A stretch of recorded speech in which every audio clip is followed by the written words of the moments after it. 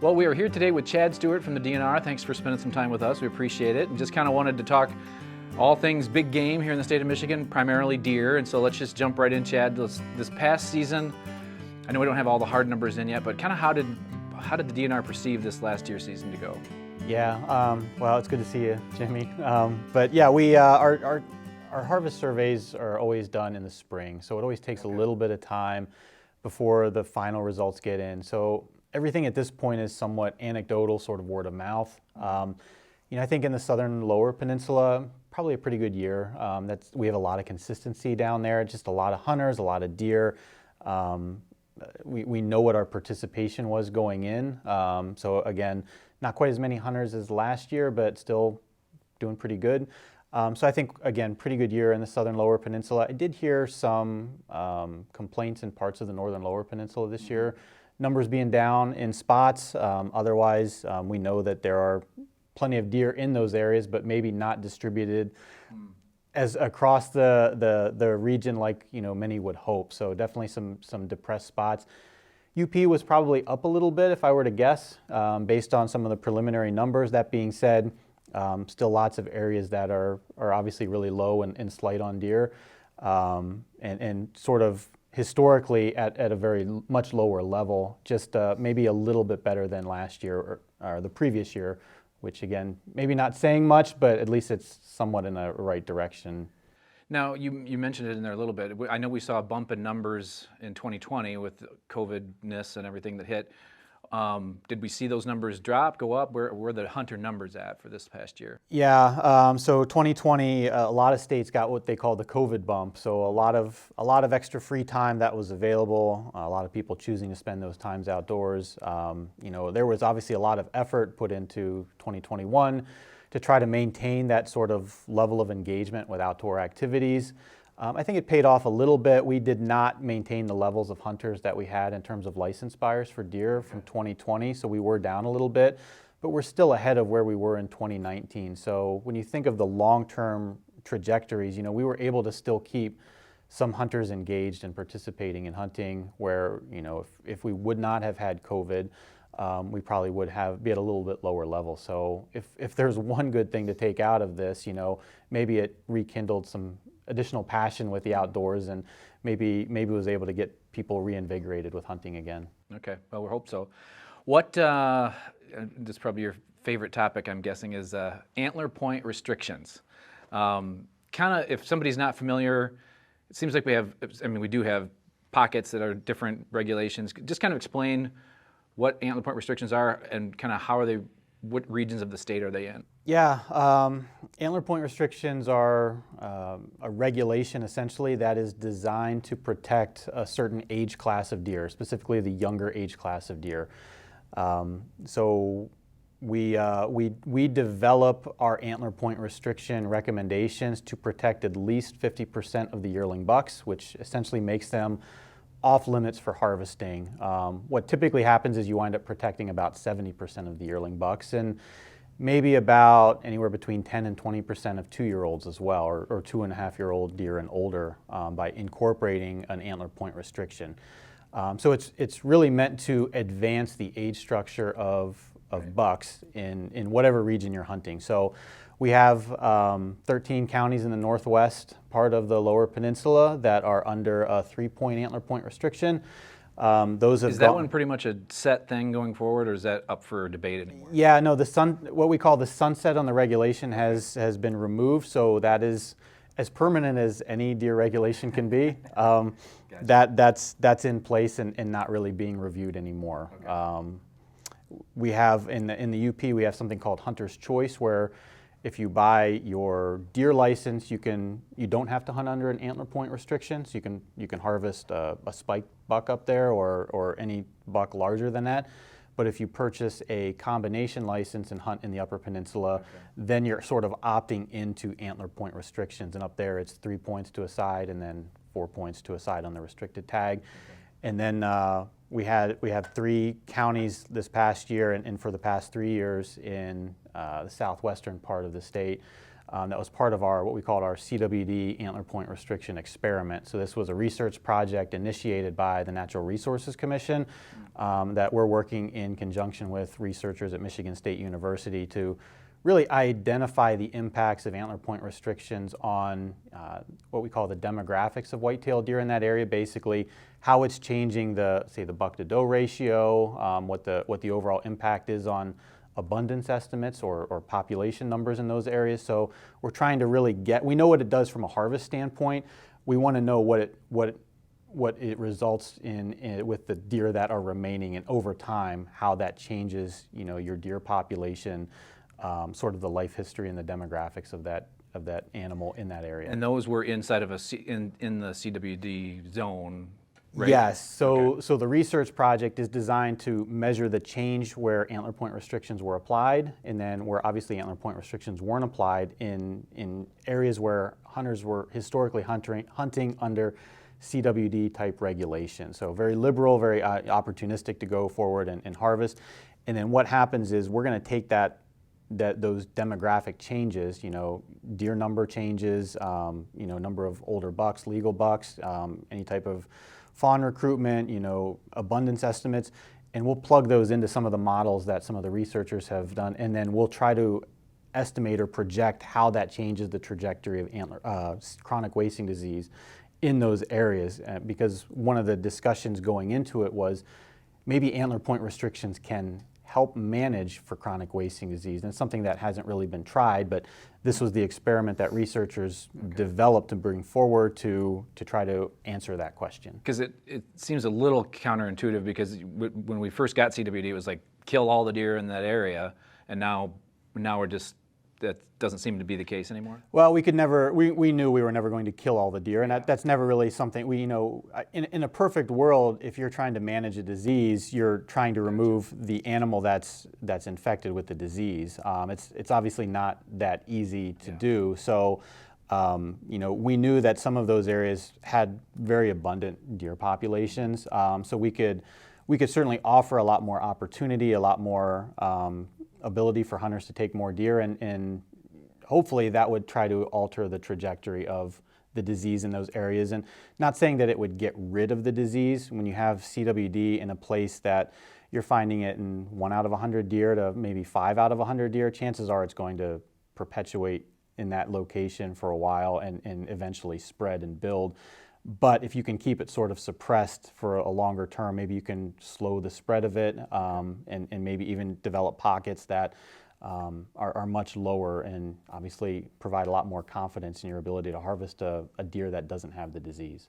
And kind of where are we with the CWD on big picture? It seems like a lot of talk, a lot of that was generated kind of, I know COVID kind of wrecked a lot of stuff, but it doesn't seem like we talk about it maybe as much. It's kind of how does the department view chronic wasting disease right now in the state of Michigan? It's still one of our top priorities. Anything with wildlife health is obviously a top priority. The data that led us to some of the early decisions for chronic wasting disease hasn't changed. We still anticipate chronic wasting disease is going to spread where we have identified it. We still would not be surprised if we identified it in new locations, if we start building up our surveillance in some of those areas. And that's some of what we're trying to do now, is get a more comprehensive understanding of where the disease may or may not be in the state of Michigan, because we've spent a lot of time looking in areas where we have it, and we have a really good understanding of what the CWD level is there. But there are a lot of other states we haven't spent a lot of time in, so we can't say that it's CWD free because we haven't looked there very intensively to be able to see if it's there. So it's still a concern long term. It's one of these slow burning kind of diseases, so you don't really see the impacts right away. But the concern in looking at what states have been dealing with for much longer than we have, the prevalence, which is essentially the percentage of individuals that are infected, always tends to go up and increase, and we start to see it spread geographically as well. And obviously there's concern there that eventually you're going to reach a tipping point where it's going to start compromising herd sustainability and viability because of the reproductive aspects. And how the disease course works in the animal. So for instance, if you're a fawn and you're in an area that's completely saturated with chronic wasting disease, chances are you're exposed to it at a very young age where you're going to pick it up. And once you pick that disease up, because it's an always fatal disease, it's kind of like taking the hourglass and turning it over. Okay. So once you turn that hourglass over, you're looking at 1.5 to 2 years before it runs out of sand, essentially. Okay. So, you think of a fawn, when it becomes able to typically contribute in terms of reproductive capacity or capabilities to a herd, a lot of the does for the first time are giving birth at about 2 years. They'll go through their first year. So those deer that were infected probably aren't going to make it. They won't get to that point. And now obviously in places like southern Michigan, you do get fawn breeding that occurs. So it's not always a perfect system, but that's sort of the concern, is that you get animals that are just continually exposed at an early age, and knowing what we know with chronic wasting disease, they're going to expire within about 2 years if something doesn't get them first, and then you're not going to be able to contribute to future populations if you're not having those animals capable of breeding. Gotcha. Now I believe for a while there we were really testing a lot of deer and asking for hunters to be donating heads and getting deer tested, and now it seems like that is not, from my perspective, it doesn't seem like that's the case anymore. Is that a budgetary thing, or why are you not wanting people that want to get a deer tested? It's pretty expensive and it's hard to do. Maybe talk a little bit about that. It's a capacity issue on our end. So when we first found CWD, you're right, we were very much gung-ho in trying to identify what it was. But we harvest 400,000 deer as a Michigan state in a year, in a hunting season. We absolutely cannot test every deer for chronic wasting disease.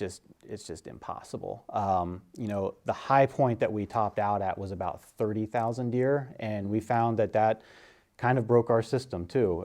Between the field side, the lab side of things, it's not that 30,000 is spread out throughout the entire year. It's all coming in during the hunting season. Yeah. So, we've identified what our capacity is in terms of what our field staff and out in the field can grab, what our lab staff can handle.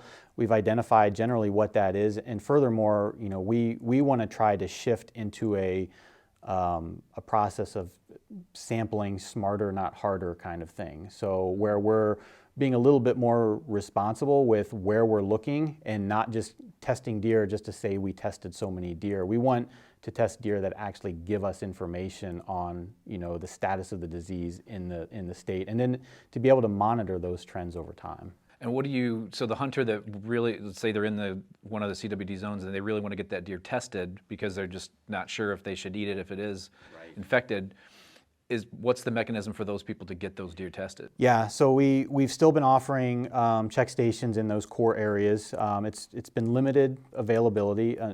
That's no surprise. We've been opening it for the first 4 days of firearm season. So any deer that is harvested before that time or during that period, which is a lot of the deer, because that's when a lot of the people are going out, hunters could certainly bring their deer in and test it, and we've been testing those deer on our dime type thing. If deer are harvested after that time frame, we've been working with some processors and some taxidermists to get some information and basically train them on how to remove samples too. So we've tried to expand our partnership web and do that. And then there's also we have relationships with Michigan State University and the University of Wisconsin, so hunters can submit their own deer through one of those labs and get that information. Costs a little bit of money, maybe the cost of a license, maybe a little bit more than that, but at least the status of that animal in terms of a researcher being able to detect it coming forward. And where are we at with I know you get this a lot, we should do a call-in, to check your deer in, and other states do it, why don't we do that? And we've been doing the surveys.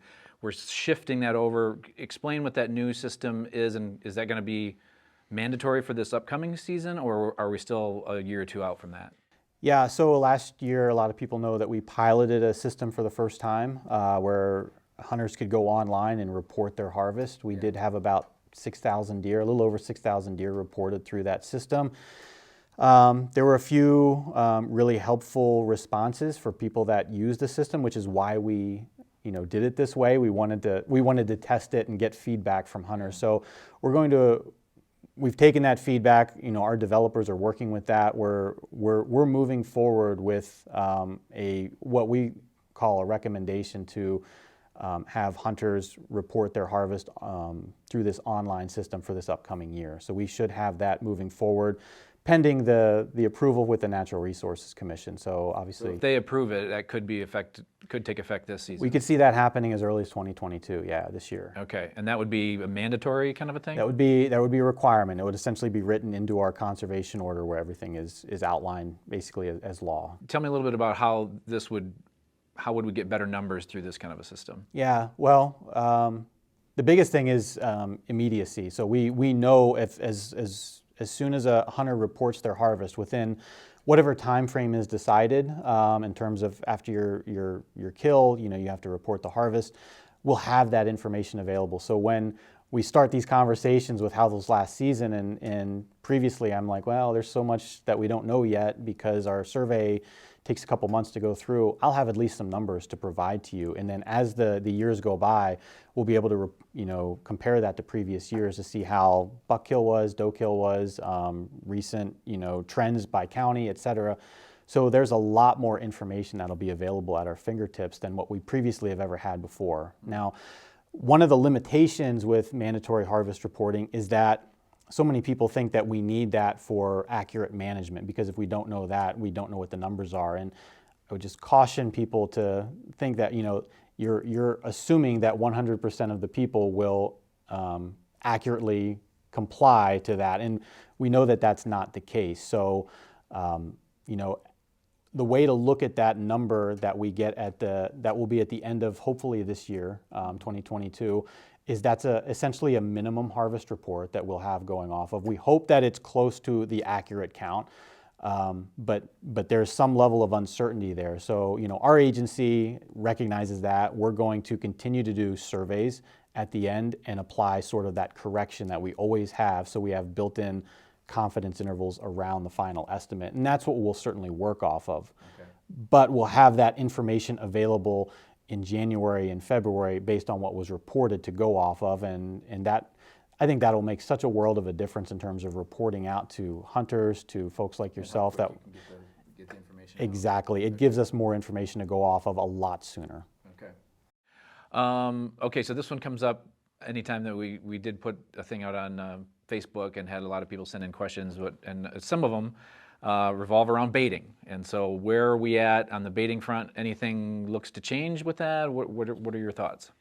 No, we get those questions a lot too. And ultimately, or again, the department isn't the final say in this. We just simply recommend Which I think that's important for people to know. Like, it's not your call on this thing. That's right. We simply make the recommendations based on what we know about the biology, the disease, or the deer herd, et cetera.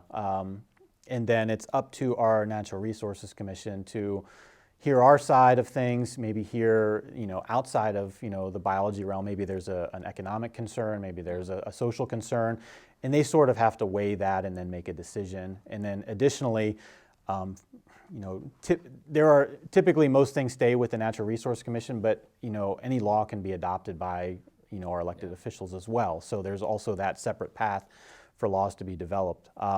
In terms of baiting, I can just tell you that the department is not planning on making a recommendation counter to what we already have in place, and that is to keep baiting prohibited for the deer hunting season in the Lower Peninsula. But it still is open in the Upper Peninsula. Still open in the Upper Peninsula outside of that sort of core CWD area. And I will say that is something that eventually probably has to be revisited and rediscussed, because that was put in place because of one detection of chronic wasting disease in southern Dickinson County. We have done quite a bit of surveillance up there, have not found any additional ones. I will just say that our surveillance in that area has not been able to ramp up like we hoped it would. So we're not getting as many deer tested as we would like to have the confidence to know what the status is up there. But it's been a couple years. We've been looking and trying to test several hundred deer, and we've not found it, which is a good thing. We're just trying to reach a certain level, and we've been unable to reach that level yet to really make that determination with any confidence if there's, what other potential CWD sources could be in that area, if any. Okay. Another thing that just wanted to bring up, because I've kind of come full circle on this. I used to be, staunch. November 15th has got to be the deer opener, and it's just, that's the way it's always been. And growing up hunting state land, it was like, boy, a Tuesday or a Wednesday opener was great because there was less people in the woods. Well, and I spent this past opening day with a bunch of teachers and a principal, and they couldn't hunt, or they could hunt one day and then they had to get right back to. And I'm also noticing now as my kids are getting older, that's also the start of the basketball season. So if it's a weekday, so there's a significant, I guess I've never really thought about it, a significant amount of people that can't go on those midweek or early week or whatever it is openers. And I know, like you just mentioned, the economic impacts are certain, in the mix, and when you guys are making decisions, is there any movement on changing the opening day of the deer season, firearm deer season? So we do hear that quite a bit, and it's usually from people that want it changed. We've done surveys. We've had this question on our deer surveys, several times over the past probably 15 years, and almost exclusively it comes back as about 85% support for maintaining the current starting date. So I get what you're saying. I think even Michigan might be the only state that has a tie to firearms opener specifically to a date rather than a day. Yeah. Like the first Saturday. Yeah, exactly. So we are extremely unique, but based on the surveys that we've done, there's so much, and it's not just like a little bit of support, it's overwhelming support. So it's really hard to propose a change that 85% of the people have been in support of. From a personal standpoint, I wouldn't mind, considering that change, and it certainly changes things because everything else plays off that. The calendar plays off that, and I get questions a lot of time about the sort of the downtime between muzzleloader and firearm season. And I think a lot of people, the way the language is written, it's based off what day of the week November 15th starts.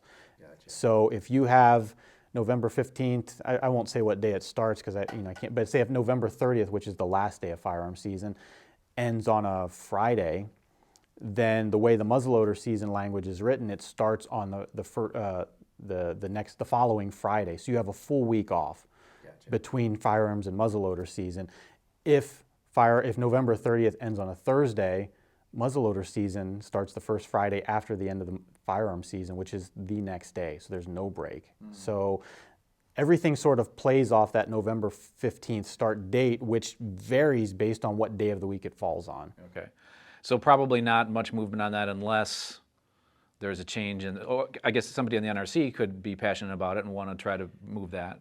Yeah, of course. It's always a recommendation from the department. We've not discussed making that recommendation as of recent, but again, we're not the decision makers on that. One of the next things I guess to do in that front is to start looking out how that 85% support is, sort of spent across various age groups. So if we have, a lot of our hunters that are, over 60, over 70 that support it, but it's not supported as much for maybe younger hunters that are up and coming, there's certainly an opportunity to make that change looking forward as some of those hunters start to age out that are a little bit older and the younger ones are coming up. There might be an opportunity there. So we haven't dove that deep yet because I don't think we're quite there yet, but there's certainly an opportunity to dig deeper into that analysis and what that 85% really represents. Okay, well, we are here with Chad once again, and we are going to get back into talking deer with the big game specialist here in the state of Michigan. And these are questions that came from you directly, the viewers, through our Facebook page. So, Chad, I'm just going to fire away, and I'm going to put on my cheaters because I'm old. And, okay, so Derek Dickerson asked this. APR restrictions. This past year was the end of the study. Will it continue? Hopefully the answer is yes. So he's talking about the three counties that were put in Mecosta, Montcalm, and Ionia counties as part of the CWD APR research project.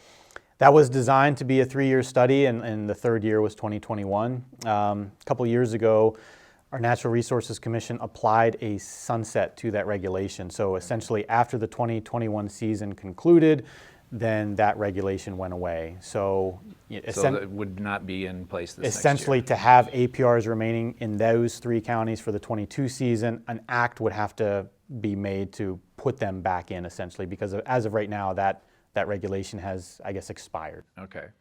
So Derek, sorry on that one.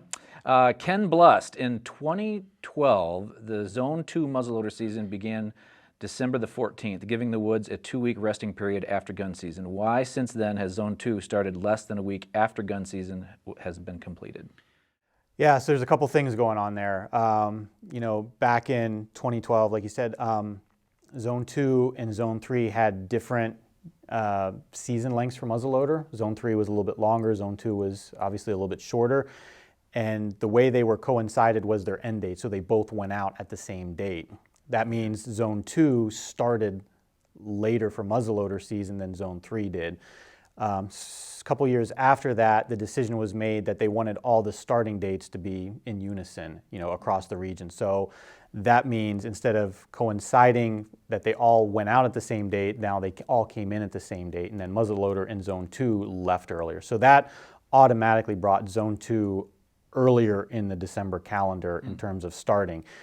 When you factor in the November 15th start date for firearm season and how the muzzleloader season plays off of that, so for instance, the way the muzzleloader season is written, it starts on the first Friday in December after the firearm season has concluded. And if November 30th ends on a Thursday, then that means muzzleloader season will start the next day. If November 30th is on a Friday, then the first Friday in December after that would be the fall. So you actually have a week in between. So there's 2 things going on there in terms of the time between firearms and muzzleloader season in Zone 2 based on 2 different actions. Okay. Joe Barry is asking, when can we get our muzzleloader only season back? So again, Joe's referring to the recent change a couple years ago that allowed basically any legal firearms to be used in Zone 3 during the muzzleloader season. So I think first and foremost, it's important to point out that Zone 1 and Zone 2 are still traditional muzzleloader seasons. So go north is what you're saying. So yeah, we still have traditional muzzleloader seasons up in those northern latitudes. In Zone 3, what we looked at, some of the data when we made that decision was that of all of the seasons that we have, the lowest success rate for hunters was our muzzleloader season. And that even includes the late antler season, which follows muzzleloader season. We found that those hunters had a higher success rate in taking a deer than the muzzleloader season. So we want our hunters to be successful. We know that since 2000, we've lost over 200,000 hunters in Michigan. And we know in Zone 3, we have more deer than any other spot in Michigan. We have also a lot more hunters and a lot more private land. So we looked at our muzzleloader season and thought, why are we continuing to be so restrictive in terms of opportunity, especially since we know that there are some hunters that maybe aren't as fortunate to purchase, multiple guns and have that option to go out, but they still want to go out and harvest a deer. Maybe they didn't have a time to, or just were simply unsuccessful during the firearm season, and they just simply don't have a muzzleloader that's available to them. Now they have to wait throughout most of December and then go out in late antler season to hunt. So it's part of an equity piece too that allows continued participation with increased success rates, what we hope, based on the weapon that's being used. Okay. So yes, go north for muzzleloading. Kevin Walter asks this, please ask about moving opening day to a fixed day of the week like the second or third Friday. My school-age son won't be able to go out on opening day until 2024. People say the youth aren't out in the woods, and with the current rules, don't have the opportunity to participate in the traditions of deer camp to get them hooked. What would you say to Kevin? Yeah, I hear that quite a bit, Kevin, and ultimately when we do our surveys, up to 85% of the hunters still maintain support for that November 15th historical start date. Is that something you check, like every year you survey people? Or? Not every year, it's every couple years we've done it. I think it's probably been about 3 or 4 years, but we've probably asked that question 3 times in the last 15 years, and the amount of support has very little wavering, within a short, small support range. So, it's really hard to make a a regulation change knowing that 85% of the people that you have surveyed would be against that change. So that is certainly a challenge. Certainly there's other things that go into regulation recommendations besides just simply social attitudes. We obviously want to look at what's best for the resource, but when you look at just opportunity for harvest, which we do have a longer season typically built in, that still allows hunters to get out, and with that 85% support, it really is proven to be somewhat of an impediment before us even thinking about bringing it forward at this time. Okay. Rob Arthur wants to know why seniors have to pay full price for a doe tag. That's a good question, Rob. That's a really good question. I know we have discounts that are applied for like the combo license. We know that not many hunters are going to take more than 2 deer anyway, and obviously with the recent changes that allow you to take an antlerless deer on that combo license during the firearms and muzzleloader season, there still is that opportunity with a senior discount on the combo license to take 2 deer. But that's a great question. It's something that I think probably deserves more discussion in our department, honestly. There you go, Rob. You got one through there. Okay, Justin Miller, on this year's deer harvest survey, it mentions the possibility of unused buck tags being transferable, allowing a hunter to shoot as many bucks as tags obtained. Am I interpreting that right? Is this being considered? Yeah, so that question was developed because I'm sure you hear it, a lot of hunters, talk about it. We hear it a lot too. Why aren't your regulations more like, and then pick a state, Ohio, Illinois, Indiana, Iowa, Wisconsin, you name it. That's actually a regulation that the state of Iowa has. It's sort of like a party hunting, okay. Where you can go out and transfer the tag to somebody. So, the idea is that if you're out in a group of 3 or 4 people, maybe you have 2 tags and one person can shoot 2, which means that every deer will have a tag, but it's not going to be harvested by different individuals. So it's one of those things that we just wanted to gauge the temperature for the Michigan hunter to see if that's something that they would have an appetite for. Obviously, I think if it comes back as not supported at all, that would be a pretty large impediment for us bringing it forward for a consideration. But these are the type of things that we do surveys for, and various questions that come up in terms of just trying to understand maybe what our Michigan hunters might or might not want. Okay.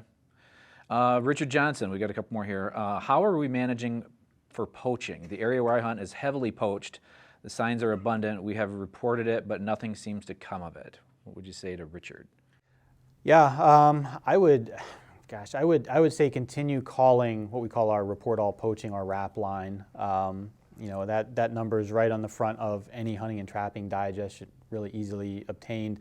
That's something that we have. Obviously, our law enforcement officers are obviously passionate about, is making sure that hunters are abiding by the rules and regulations that are set forth, and obviously if that's going to have an impact on our resource, that hurts everybody. So I would just say continue reaching out, and you should be able to get an answer on that. This is one of the things I kind of wanted to get your take on as well, but this is Scott Borchelt asked, what impact is the DNR seeing on deer mortality, especially fawn mortality, from the growing wolf population? Yeah, so there's been some research been done up in the Upper Peninsula over the past decade or so. It's called the Predator Prey Research Project. It started off as phase 1, which was in the low snowfall zone in and around like Menominee County. Phase 2 bumped up into what they call the mid snowfall zone, and then phase 3, which I think just recently concluded, and I haven't seen some of those numbers yet, is in the high snowfall zone. They looked at a lot of impacts of predators and mortality on a lot of collared animals that they have. And what they saw, you almost have to, the UP is so diverse, you almost have to tease it out based on where you're at. So in phase 1, what we saw in terms of adult doe survival was very high, well over 85%. In terms of fawn survival, I think it ranged anywhere from about maybe 40 to 60% each year. In terms of percent predation, of all the animals that were predated, what caused it, for fawns, I think the dominant cause of predation in phase 1, which is the low snowfall zone, was coyotes. Wolves, I think, were less than 10%, and wolves were a little bit higher, I think, for the adult doe side of things. As you get up into that second phase, adult doe survival is a little bit lower than what it was in phase 1, which makes sense. You know, they're dealing with conditions that you typically don't see. Fawn survival was very variable, but and I think it ranged from 0% to probably in the 30 to 40% range. But keep in mind that when they were in phase 2, they had really severe winters in that 13, 14 time frame. So that certainly had an impact. And then in terms of you know, predation on fawns, again, I think wolves were below coyotes in terms of, for fawns, in terms of total number or percentage of mortalities associated with that. So, you know, I think when you talk about wolves and UP, they're definitely obviously part of the equation, but I think, you know, there's a little bit of caution in just pointing one finger to one animal. That you really have to look at the UP as a complexity of different events that are going on. Well, thank you to the viewers for the different questions, and thanks, Chad, for your time. Always appreciate it. Thanks, Jimmy. Appreciate it.